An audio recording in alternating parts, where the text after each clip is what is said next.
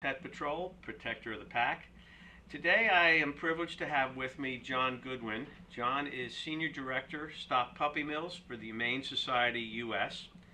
I like to think of John as being one of the good guys. He is passionate.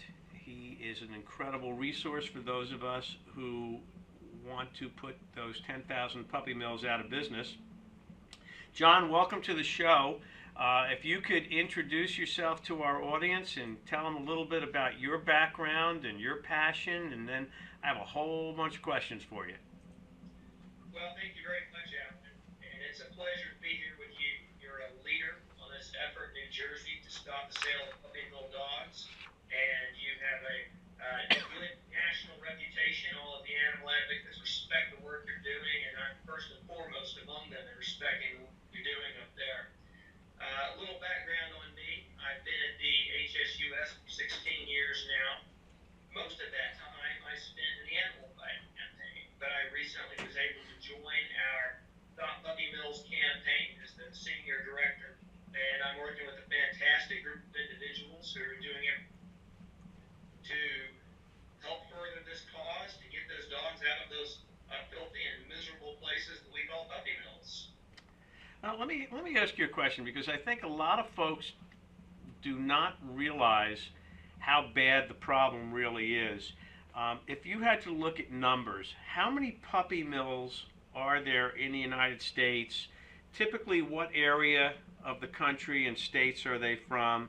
And how many dogs are we talking about that are being used for breeding in these puppy mills? I try to explain to people each dog, a dog the size of a beagle, is living its life out in an enclosure the size of a dishwasher. So what are we talking about number-wise? Well, we're talking about 10,000 puppy mills, and they're producing several million puppies a year, possibly 2.4 million, which would mean that there's hundreds of thousands of breeding dogs, possibly 300,000. And these are animals who live up to 8 years in tiny wire cages. Their paws never get to touch a blade of grass. It's factory farming for dogs. Now, I apologize, the lights went out here. Let me fix that. The fact is that we're talking about millions of puppies that are reduced in filth and misery, and simply so that the pet stores can be filled with animals that they sell for $2,500 a pop.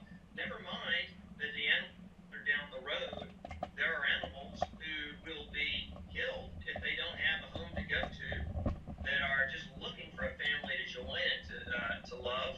And I would say, don't go to the pet store, don't buy a puppy mill dog. Go adopt one of these creatures that's just looking for a second chance and needs a home. Let me ask you a question because I think a lot of folks don't understand how bad the problem is and how deep it goes. I had a conversation with someone in Trenton when we were proposing legislation that it reminds me of money laundering, and that there are a lot of the tentacles go deep, and there are a lot of interests out there that go beyond uh, what we would expect. So, if you had to describe the chain of custody, or who's involved and who's making money off of this, how would you explain that? Well, first, you've got the puppy mills themselves, where they're breeding the dogs, and they're taking these breeding females, and they're just breeding them back to back to back. They're pumping out litter after litter of puppies until their bodies wear out. And then what you usually will have is a broker or a middleman. One of the companies is called Hunt Corporation. There's another one called Pinnacle Pets. There's a handful of them where they'll go to all of the puppy mills and they'll buy the dogs, and they'll be the point person that gets the dog from the mill to the pet store. And so you have those three links in the chain right there. But then you also have organizations like, and this shocks a lot of people when they hear it, the American Kennel Club, the AKC, who make millions from registering puppies that were bred and raised in puppy mills. That's why the organization known as the AKC comes out and opposes all of the legislation that we put forth to stop puppy mills. So you're saying, for instance, I don't mean to interrupt you, but this is important, I think, for people to understand. Years ago, I would always think of the American Kennel Club, the AKC, as being the folks that would make sure that if I were obtaining a puppy from a licensed breeder, someone who was a member of their organization, that this meant quality. And what I tend to be finding, and we tend to find now, is that they seem to be nothing more than an organization that generates paperwork. It's like online ministries. If you want to become a reverend, you fill out a form and here you go. It doesn't matter whether you're qualified or not. It's just they make their money off of the paper. Well, that's exactly right. That is an excellent analogy. The fact is that the AKC staff never lays eyes on 99.9% of these dogs who are registered with their organization. It's just a piece of paper that tells the ancestry of the dog. So you can see who the mother and the father, what they call the sire and the dam, the grandparents. That's it. That's all it is. Now, that in and of itself, I have no problem with. People want to sell paperwork that shows the family lineage. That's fine. But what I have a real problem with, though, is when the money that they make off of registering puppy mill dogs causes them to stand up and defend some of the worst practices that we see in this industry. That's it. And now, have you had the opportunity, or anyone from the Humane Society U.S. had the opportunity to speak with the leadership of the AKC and ask them to, where's their conscience and how can they continue to speak out of both sides of their mouth? Yes, and over the years, it's been a turbulent and rocky path. There were times when the AKC stepped forward and considered supporting legislation that would at least do a little bit to stop puppy mill cruelty. But then they inevitably get pushed back. And the puppy millers at one point set up another organization called America's Pet Registry Incorporated and other alternative organizations that would provide the same services as the AKC. And when those organizations, those registries started draining away some of that registration money, then whatever progress had been made with the AKC dissipated. That's and interesting. So it's just that it goes back to the old saying that money is the root of all evil. And I like money as much as the next guy, but I hate when it gets in the way of doing the right thing. Well, what you just said about these other registration groups, it was sad to see when you go into some of the pet stores in New Jersey that are partially complying with the consumer laws, the Consumer Protection Act, that they will have listed this organization that allegedly has licensed this dog, which seems nothing more than another one of the phony organizations that the only thing they're doing is generating paper, and they're probably owned by owners of the puppy mills. Yeah, and they'll put forth these phony standards, and they'll say, hey, this breeder is a 5-star standards breeder, top notch. And that fools consumers into thinking that this puppy was produced somewhere excellent, but the puppy was raised in Cinderella's palace, and that's not the case at all.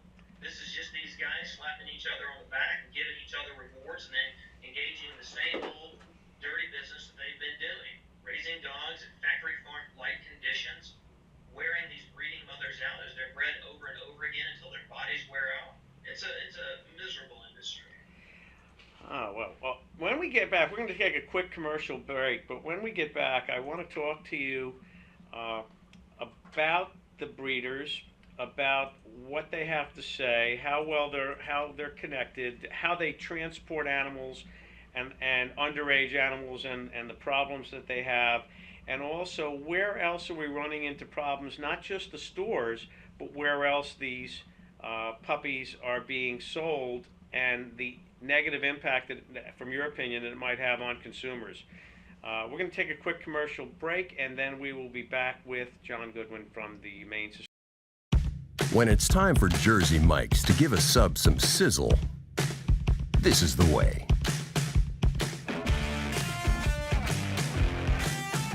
the way it's always been, the way it always should be,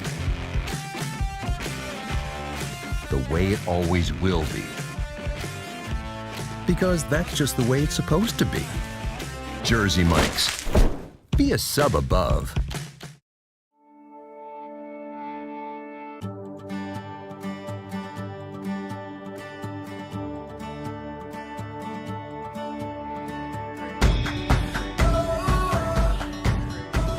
You can't predict what a pet will bring to your life, but with a plan in front of you and veterinary pet insurance behind you, you're ready for whatever comes your way. With VPI, you're ready for anything. Today's show has been sponsored by More Than Gifts. Come see our new location in Marlton, New Jersey. Not just gifts, but more. Protector of the Pack. This is Alan Braslow, your host. And again, I have with me John Goodwin, Senior Director, Puppy Mill Project, Stop Puppy Mills, for the Humane Society US. John and I were talking during the break. John, I had a question for you. One of the things that the puppy mills promote is the fact that, or their fact, that they are producing dogs for individuals and giving them a choice. But one of the things that we question is, are they giving them a healthy choice? How does it impact the consumer? What's the track record of the dogs that come out of these puppy mills? Well, it's funny when they talk about choice, because they certainly don't want the consumers to be able to make an informed choice. The pet stores go ballistic about having any sort of information put forth on the cages of their stores, providing the information about where the dogs come from. When law enforcement's gone to the stores to check, most of them were not even in compliance on that. And I think that gets to a fundamental point. When we talk about choice, it has to be an informed choice. They're certainly not going to let consumers see photographs of where the breeding mothers live. They're certainly not going to let the consumers see where their puppy's mother, the sort of teeth that she has from the severe dental damage that so many of these dogs have from the malnutrition in the puppy mills. They're not going to let them see the cysts on their feet from living on wire cages. And they're certainly not going to let the consumer know about the sort of neurotic behavior that the mother dogs develop from living in a cage only 6 inches longer than her body for up to 8 years before she can no longer breed any more puppies. So it's humorous when they talk about choice, but yet they don't want the consumer to be fully informed so they can make an actual choice that reflects their values. That's amazing. I was recently up in Trenton, New Jersey, and we were testifying about the puppy mill issue for legislation that's been proposed, this bill S63. One of the owners of a store in New Jersey, she was professing that she only acquired her puppies from the best 1% of the breeders that were out there, and yet we were able to find documentation that her dogs actually came from, I believe you call it the 100 horrible. Can you explain that list? I mean, it's sad what she is professing and lying to her customers as to where she allegedly gets her puppies from. Yeah, well, every year we have a report called Horrible 100, and people can see it at humanesociety.org/100 puppies. And we look at all of the inspection reports from the USDA and also from the state agriculture departments in the states where they're allowed to go inspect these puppy mills. And we put together a list of 100 puppy mills who have horrible inspection reports. Fact is, we could make a list that was 1,000 long. There's a lot of things left on the cutting room floor. But, so often we hear these people that sell puppy mill dogs making that claim that they buy from the top 1% of breeders. And so many of them make that claim that you have to wonder, boy, just how big is that 1%? Because if every one of them's telling the truth, then I don't think there's enough that fit in the category of 1% to meet the demand. Well, of course,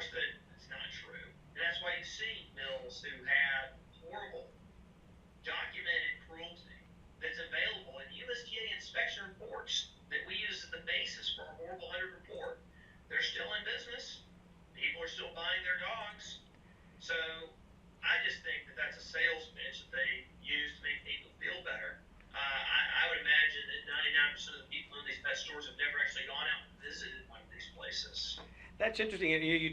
Just talked about the USDA, the U.S. Department of Agriculture. I was reading up on the history of how the dog breeding started. They were trying to help farmers come up with a renewable crop. It's like I'm growing corn, but what I understand is that there's not a lot of really good regulation or inspection. That the number, tell me if I'm correct or what the numbers might be, the number of inspectors there are and the regulations that they have. It sounds like I don't think I'd want the guy who puts the fertilizer on my lawn to be inspected by these folks.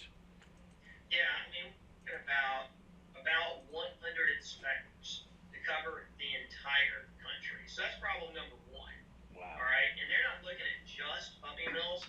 They're also inspecting people that raise animals for laboratories and animal experimentation. They're looking at the labs. They're looking at zoos. They're looking at the exotic animal dealers. So they're looking at thousands and thousands of places, and there's only like 100 of them to begin with. So even if every single one of them is a top-notch advocate for animals, there's still very few of them. So 100 people, 10,000 puppy mills, and they have other things that they have to do as well. So there's no way they can do the job, even if they wanted to.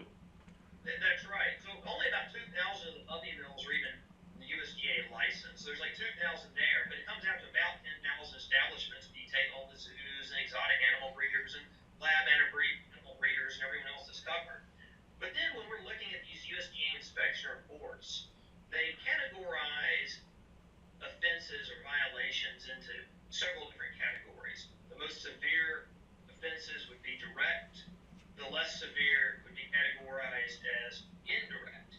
And we would see some sort of neglect that caused a lot of animal suffering be count as a direct violation with Inspector A in, say, the Northeast, and then Inspector B would have the exact same situation over in the Midwest, and he would count it as an indirect violation. So we aren't even seeing complete consistency in how the rules are enforced. That's problem two. And then problem three is the fact that the rules themselves they're certainly not humane standards. If anything, they're mere survival standards. I can take a dog, let's say it's a cute little Yorkshire Terrier, and I can put her in a cage that is only 6 inches longer than her body, some sort of wire flooring, and I can keep her in there for her entire life. She may never have a paw touch grass. She may not get veterinary care, but I can keep her in that cage, and that's completely legal, and I can breed her over and over again until her body wears out. Now, if there's certain things that pop up, certain health issues, the rules do call for veterinary to look at them, but so often that's neglected, and so little problems fester and become big problems, and it's just a life of suffering, and it's completely out of sync with what the American consumer expects and wants in terms of how these dogs are kept. Let me ask you a question. I know that there's only so many of you at the HSUS.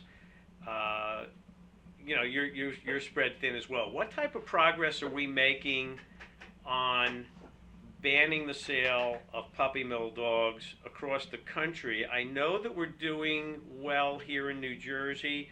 I kid with our friends in Florida, that we each try and do a little bit more. I think we're probably 1 and 2 or 1 and 2, depending on the day of the week with them. But what type of progress are we making nationwide, and what type of problems are we running into? I was on an earlier discussion with Jeff Nash, who's a Camden County freeholder, and we were talking about Ohio, in where there's a state legislator who is trying to take home rule away from municipalities and not allow them to ban the sale of puppy mill dogs. Our thinking is, he's probably in somebody's pocket from a puppy mill out there. But what do you see? Well, these ordinances are the hottest thing happening.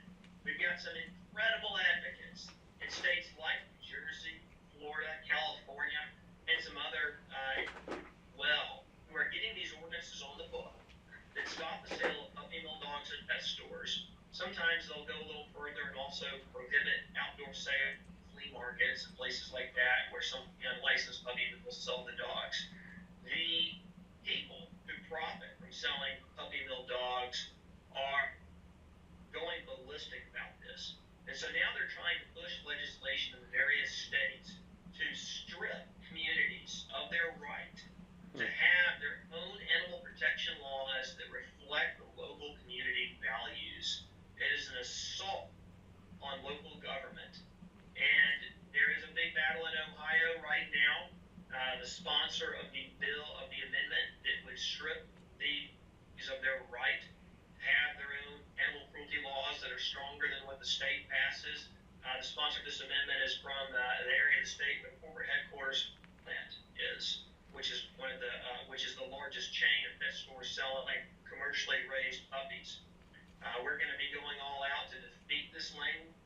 I called the CEO and told him that if he wanted to do something productive, something that would put limits on the sort of places that could sell dog Ohio, then we'd be for it.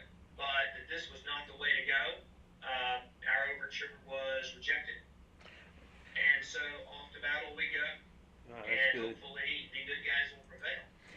We're going to take a quick commercial break, but put your thinking cap on, because when we come back, I want to talk to you about something that was brought up in a meeting, a town meeting I was at, by one of the township town council members. It's what we can do nationally,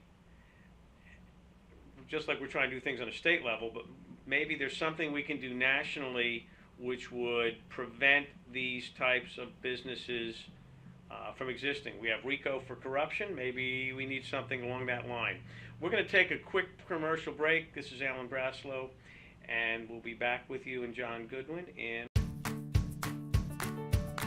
When we make Beyond Natural dry dog and cat foods, we start with real meat as the first ingredient.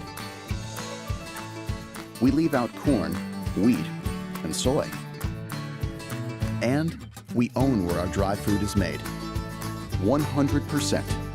Can other brands say all that? For nutrition you can trust and your pet will enjoy. Does your food go beyond? Learn more at purinabeyond.com. Simply Gents, located in Marlton, New Jersey, takes care of all your grooming needs, including haircuts, straight razor shaves, massages, facial, manicures, pedicures, and waxing. To find more information or book an appointment, visit us online at www.simplygents.com. The secret weapon of a well-groomed man, Simply Gents. Today's show has been sponsored by Farmers Insurance in Voorhees, New Jersey. To protect your assets and the people you love, call Mike Skoranek, your local Farmers Insurance agent, at 856-336-2553. We are farmers. Bum, ba-dum, bum, bum, bum, bum. Patrol, Protector of the Pack. I'm with John Goodwin, Senior Director, Stop Puppy Mills. I always get that wrong with Stop Puppy Mills with the Humane Society US. John and I were talking at the break, and I have a question for you, John. Nationally, what can we do to get national attention and maybe some national legislation passed that would put these puppy mills out of business? I mean, it's almost like if you have corruption, you want to get rid of it. If you have evil, what can we do? And if you could also follow that up with what can we be doing on a local level, and what type of support can you give folks like you've given to us here in New Jersey? I'll open that up to you. Well, first and foremost, the best advocates are advocates. And we have a section on our website at humanesociety.org/puppy mill research. So it's humanesociety.org/puppy mill research. And there we have all sorts of reports. And I encourage anyone to be active on this issue to go and study up so they can really know the ins and outs of the puppy mill issue.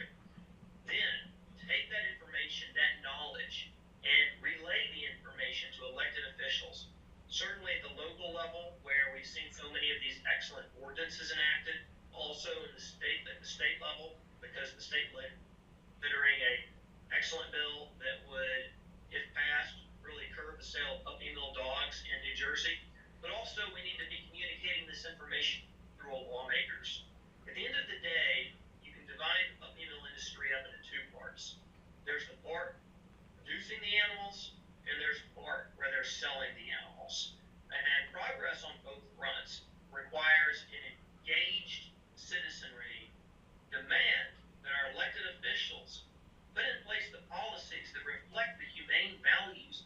This is the United States of America. I would argue that we are the most dog-loving country on earth. And yet, when you look at this, you see that so many of the places where so many of the dogs come from are miserable, raising animals in filth and cruelty. And so we have to have an entire chain that reflects our values, and that's what we have to relate to these lawmakers.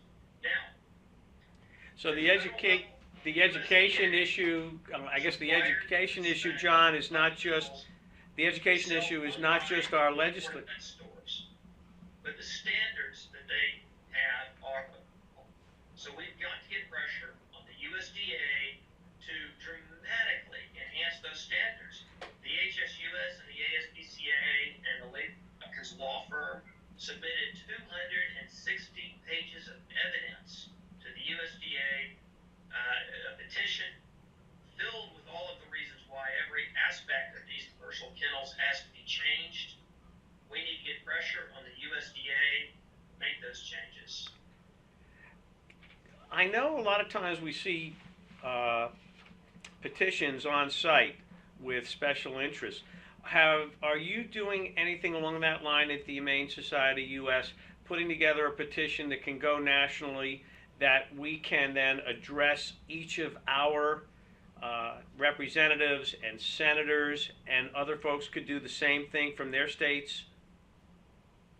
Well, that sort of action we take up kind of on a case-by-case basis. So, for example, when there's a bill moving in a particular state, then we'll often do that sort of activity of the depth of support in that particular community. On a national level, we've been encouraging people to contact the USDA and get them to approve our petition that would dramatically enhance the standards that their inspectors enforce. The idea also, though, to have members of Congress weigh in with the USDA and say, hey guys, we've got to do better on this puppy mill issue. This sort of thing should not exist anymore in 2016. It's unacceptable. Interesting. Just a thought, as the folks will tell you, I always have a couple of suggestions or a couple of ideas. One of the rescues that I do volunteer work with, Best Friends Animal Society out in Utah, they did something which I thought was very interesting. They have an alert system that goes out, and I know they partner with you folks a lot, on legislation that is meaningful to each of us in our community. I'm proud of them because I could never get this done. And they also include the contact information based on where I live, my zip code, for my representative or my senator. And I could envision if you were able to provide something like that for us, and maybe you do and I didn't see it, but that wouldn't be the first time I missed something. But if you're able to provide something like that for those of us across the country who want to support actively, but we just need a little bit of help in getting it done, that could be very impactful, something that would be addressed to the Department of Agriculture, and it would get to our senators and our representatives, and maybe we start a groundswell, because the part that I find is that most people don't seem to know, and then when they find out, they don't seem to know what to do. So we really have to help them.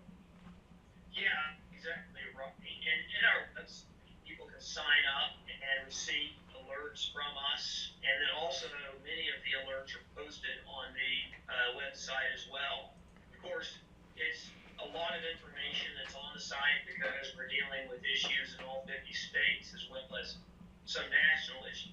So sometimes there's a little bit of information overload. But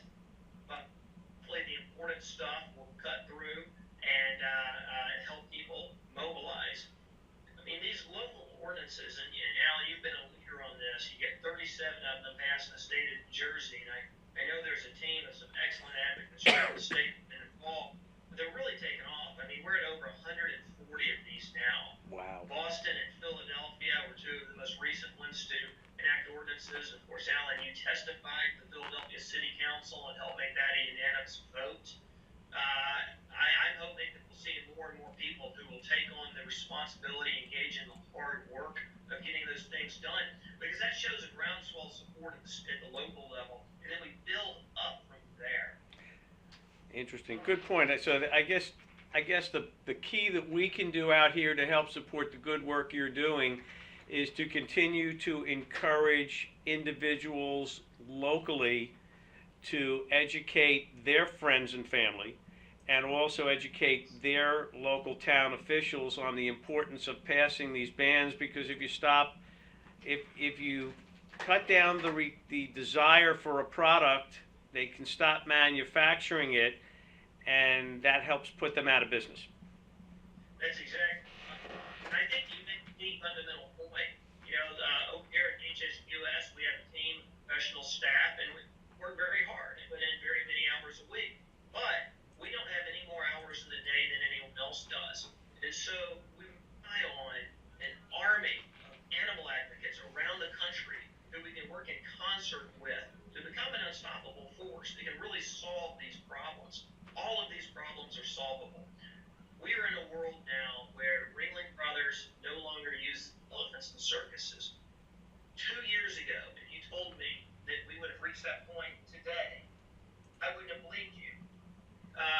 SeaWorld now no longer has orca shows. Anything is possible. We can prevail, but we need active and engaged citizenry who study the issue, become experts on the issue, become experts on lobbying and media relations and all of these things, and we can all work together and we can get some incredible things done. Hey John, I want to thank you for everything that you folks do. I've been fortunate and had the privilege of working with you, with Amy Jesse, with some of the other folks at the Humane Society US, and I find you to be an invaluable resource. And you tend to be there when we need you, and you don't look at the clock. We get the information that we need. But you're right. I think we have to make sure that on a local level, people understand and people take active. Before we break, if you could, how should people contact the Humane Society US? What's the best way? What if someone is like me and is passionate about stopping puppy mills and needs to reach out to you direct? Can you just provide us with some contact information? Yeah, at humanesociety.org/puppy mills, you can reach our campaign there. There's contact information right on there. Also, there's places where people can contact us if they want to file a complaint about a pet store that sold them a puppy mill dog or a puppy mill in their community. We want to collect all of that information. We have 2 crack researchers that compile that information, put out reports constantly, and then these reports are the intellectual gist of the campaigns. And so please reach out, get in touch, get organized, and let's make a difference. John, thank you very much. Believe me, we will be having you back on the show. This is Alan Braslow from Pet Patrol, Protector of the Pack. We had John Goodwin, Senior Director, Stop Puppy Mills, Humane Society US. Thanks again, folks. See you.